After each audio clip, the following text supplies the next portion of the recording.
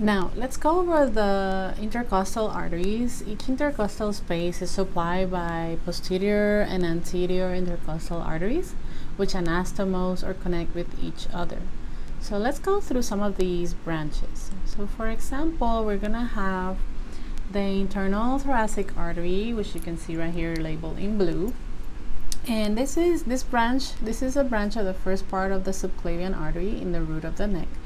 It descends parallel to the sternum, as you can observe right there, and about lateral to the sternum, basically, posterior to the costal cartilages, and anterior to the parietal pleura and transversus thoracic muscle. And it ends at the level of the sixth intercostal space by dividing into superior epigastric, which you can see right here. That's the superior epigastric going into the abdominal wall, and the musculophrenic arteries, which you can see right there. Now we also have a few arteries, such as the posterior intercostal and anterior intercostals. In this view, they are all classified as intercostals, but let me show you something. These arteries, in reality, they have an area here medially on the lateral side of the thoracic wall, where they will be anastomosing. So basically, this part right here, posteriorly, it's considered the posterior intercostal artery, and then this piece right here anteriorly, it's considered the anterior intercostal arteries. And so, like I said, they will be anastomosing. Now, we also have something that we call the perforating branches that pierce intercostal and pectoralis major muscles, and they are close to the sternum, and they become superficial, and they contribute to the blood supply of the breast. So in order to see them, like if we zoom on this area right here, I'm going to point out where they are.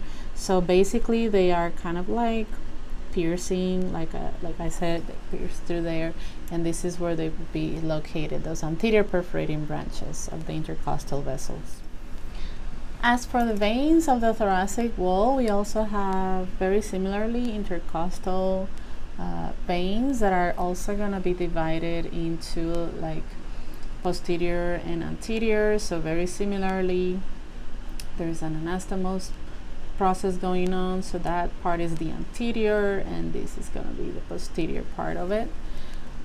So the posterior intercostal veins accompany the posterior intercostal arteries and anastomose, like I said, with the anterior intercostal veins.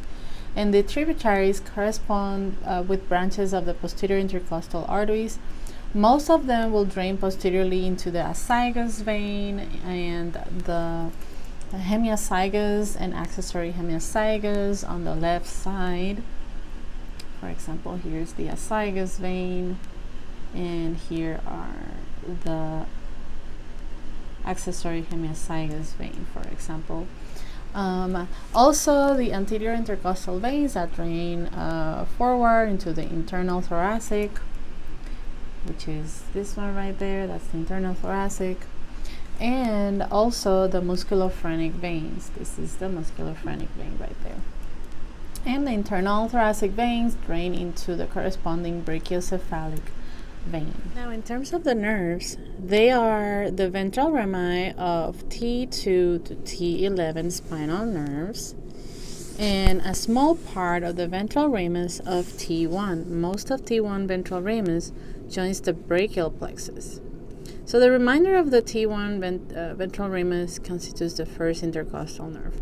So here you can observe in blue those ventral rami of T2 to T11. Ventral ramus of T12, by the way, runs forward in the abdominal wall below the 12th rib, which is the subcostal nerve. And then along most of their course, they run between the internal and innermost intercostal muscles. So basically in between these ribs right here. And inferior to posterior intercostal vessels. So the upper six intercostal nerves only supply the thoracic wall, And the lower 5 intercostal nerves, 7th to 11th, supply the thoracic wall and also contribute to supply the anterior abdominal wall, referred to as the thoracoabdominal nerves. Lastly, let's go over other thoracic structures that are attached on this area. So in females, there's going to be the breasts. These are specialized accessory glands of the skin that are capable of secreting milk.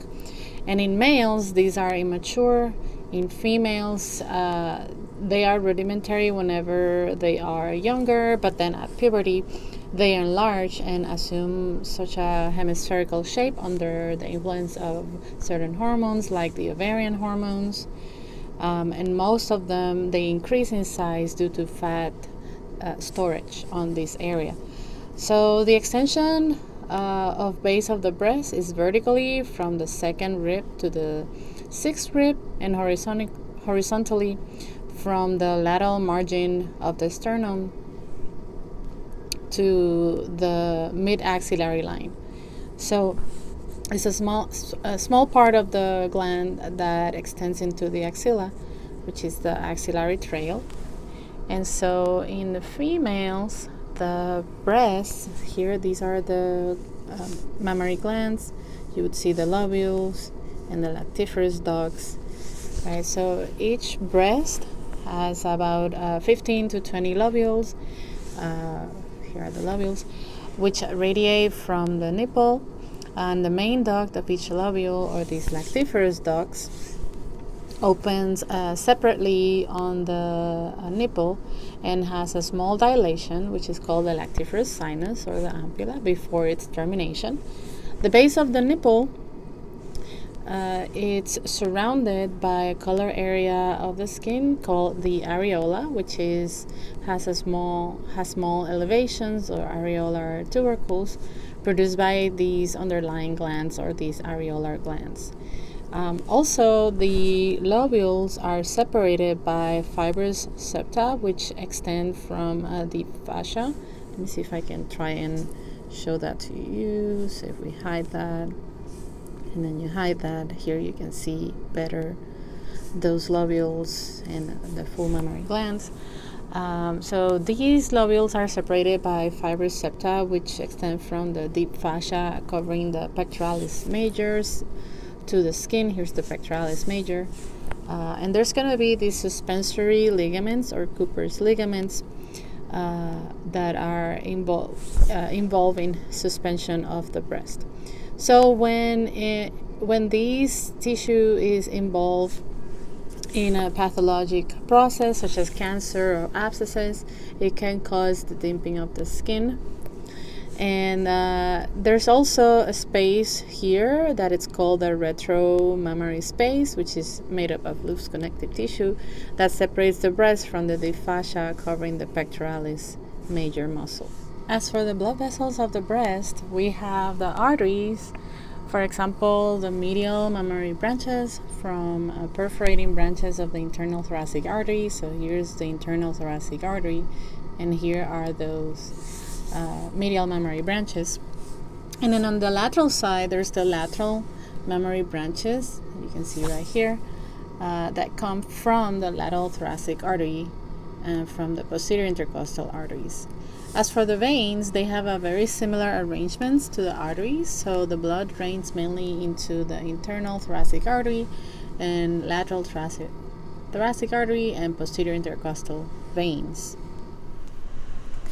Lastly, let's go over the lymphatic drainage of the breasts. As you can see here, I'm showing you the lymph circulation on the area of the thorax. Normally, your lymphatic drainage is going to be helpful for your white blood cells to reach out those tissues and help our immunity. However, and unfortunately, lymph vessels are also involved in the dissemination of malignant cells from carcinoma of the breast to the regional lymph nodes. And approximately 75% of the lymph drains into the axillary lymph nodes, especially the anterior pectoral axillary nodes. So I'm going to point out right now where that is. So we're looking at a couple of lymph nodes right here. For example, we have the parasternal internal thoracic nodes, that are around this area right here. We also have those subscapular or posterior axillary nodes on this area right here. And we also have the pectoral anterior or anterior axillary nodes, which would be around this area right here. And so there's a few lymph vessels that follow the posterior intercostal vessels and drain into the intercostal lymph nodes, and they are located near the heads of the necks of the ribs. And some of these vessels will communicate with lymph vessels of the opposite breast, as you can see right here. And so some of these communication, right, with lymph vessels of the anterior abdominal wall also happens, right, in this direction too.